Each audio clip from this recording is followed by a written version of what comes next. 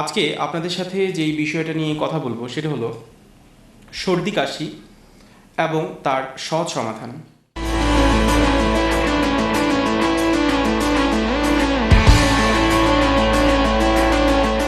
শুধু একমাত্র বর্ষাকালে না, দেখা যায় শীতকালে বা অনেক সময় গ্রীষ্মকালের মধ্যে দেখা যায় অনেক সময় সর্দি কাশি রিলেটেড বাচ্চাদের অনেক বেশি প্রবলেম থাকে। শুধু বাচ্চার কথা বলবো না, অনেক সময় বয়স্ক মানুষেরই দেখা যায় যে সর্দি কাশি রিলেটেড প্রবলেম থাকে।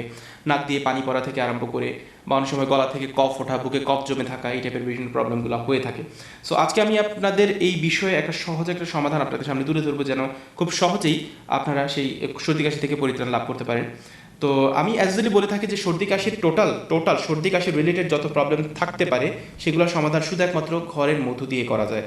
তবে এটা প্রিকশন স্বরূপ আপনার খেয়াল রাখবেন, আমি প্রত্যেকটা ভিডিওদের মধ্যেই বলি যে মধুটা যেন পিওর হয়। এখন বর্তমানে বাজারের মধ্যে ভেজাল মধুতে সয়লাভ, অনেক সময় দেখা যায় যে মানুষ চেয়েও পিওর মধুটা পায় না। তো অবশ্যই আপনারা কালেক্ট করার চেষ্টা করবেন যেন পিওর মধুটা আপনারা পান, এটা যেন কনফার্ম হয়। নাহলে দেখা যাবে রেজাল্ট আসতে অনেক লেট হবে বা রেজাল্ট মানে আশানুরূপ রেজাল্ট আপনারা পাবেন না। তখন দেখা যাবে যে আপনি বলবেন যেটা প্রোগ্রাম কোর্স এই কথাটা বললো, বাট এখন আমরা এটার বিনিময়ে কোনো রেজাল্ট পেলাম না। সো বাই দ্য ওয়ে, টিপসটা বা ট্রিক্সটা খুব ইজি। 1 চামচ বা 2 চামচ বা 3 চামচ মধু ডান হাতের তালুর উপর নিয়ে জিহ্বা দিয়ে অল্প করে চেটে চেটে খেতে হবে। এখন অনেকে বলে যে ডাক্তার তাহলে কি আমি কোনো কিছুর সাথে মিক্সড করে খেতে পারবো, বা হয়তো বা কোনো পানির সাথে মিক্সড করে, বা এমন হতে পারে কোনো জুসের সাথে মিক্সড করে কি খেতে পারবো, বা অন্য রুটির সাথে ইউটিলাইজ করে খেতে পারবো কি না। তা আমি বলে থাকি যদি আপনি মেডিসিনাল উপকারিতা চান তাহলে ঠিক আমি যেভাবে বললাম এভাবে, এই নিয়মটা সুন্নতি নিয়ম, নবীজিও এভাবে এই মধু খেতেন। তো জাস্ট ডান হাতের তালুর উপর নিয়ে আপনি মধুটা নেবেন, নিয়ে জিহ্বা দিয়ে অল্প অল্প করে চেটে চেটে খাবেন। তো দেখবেন যে গলার মধ্যে যদি কোনো কফ থাকে বা কাশি, সর্দি কাশি রিলেটেড কোনো প্রবলেম থাকে বা নাক দিয়ে যদি পানি পড়া থাকে, সেগুলো দেখবেন গ্র্যাজুয়াল প্রসেসে ইমপ্রুভ হতে থাকে। আরেকটা কথা যেটা প্রিকশন স্বরূপ না বললেই না, যে অবশ্যই মধু কখনো গরম কোনো কিছুর সাথে মিশাবেন না এবং গরম কোনো পানির সাথে মিশাবেন না, এবং মধুকে কখনো আপনারা চেষ্টা করবেন যেন কোনো কিছুর সাথে মিশে না খাওয়া হয়, বা হয়তো মধু যেন গরম না করা হয়, বা গরম কোনো জিনিসের সাথে মিক্সড না করা হয়, মিক্সড আপ যেন না করা হয়। সো এই জিনিসটা যদি আপনি খেয়াল রাখেন তাহলে দেখা যাবে মধু থেকে খুব ভালো একটা রেজাল্ট আপনি পেয়ে যেতে পারবেন। ইভেন আমি অ্যাজুয়ালি বলে থাকি যে বাচ্চাদের যদি প্রবলেম হয়, বাচ্চাদের প্রবলেমের মধ্যে আপনি 2 থেকে 3 দিনের মধ্যেই অনেকটা ভালো একটা রেজাল্ট পাবেন।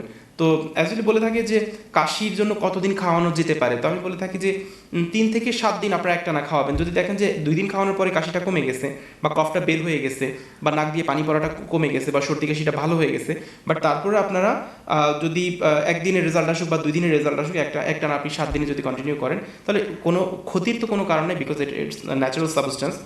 আর আরেকটা কথা সেটা হলো, যদি এই যে বিষয়টা আমি আলোচনা করলাম সেই বিষয়টা যদি আপনাদের ভালো লাগে, আর যদি মনে হয় যে সেটা অবশ্যই উপকারী, কারণ কারো উপকার হবে, দয়া করে ভিডিওটা শেয়ার করে দিন। তাহলে এটা হয়তো বা আরও অন্য কোনো মানুষের উপকার হবে। সেটা আপনার লাইফে হয়তো প্রয়োজন নাও হতে পারে, কিন্তু আপনার পরিবারের বা আত্মীয় স্বজনের বা বন্ধু বান্ধবের কারোর লাইফে হয়তো এটা উপকার হতে পারে।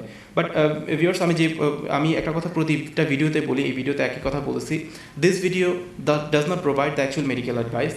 Always consult with your doctor for the further medical condition. আপনারা এই রিলেটেড জ্বর, সর্দি কাশি এই রিলেটেড যে কোনো প্রবলেমে যদি কখনো পড়ে যান, অবশ্যই আপনার নিকটস্থ রেজিস্টার্ড ডাক্তারের সাথে কনসাল্ট করবেন। আর আমি চেষ্টা করবো হয়তো জ্বর, সর্দি কাশি এই রিলেটেড নতুন কোনো যদি ভিডিও, নতুন কোনো টিপস যদি থাকে আমি এলাবোরেটলি ডিসকাস করার জন্য। ততক্ষণ আপনারা ভালো থাকুন, সুস্থ থাকুন। আসসালামু আলাইকুম।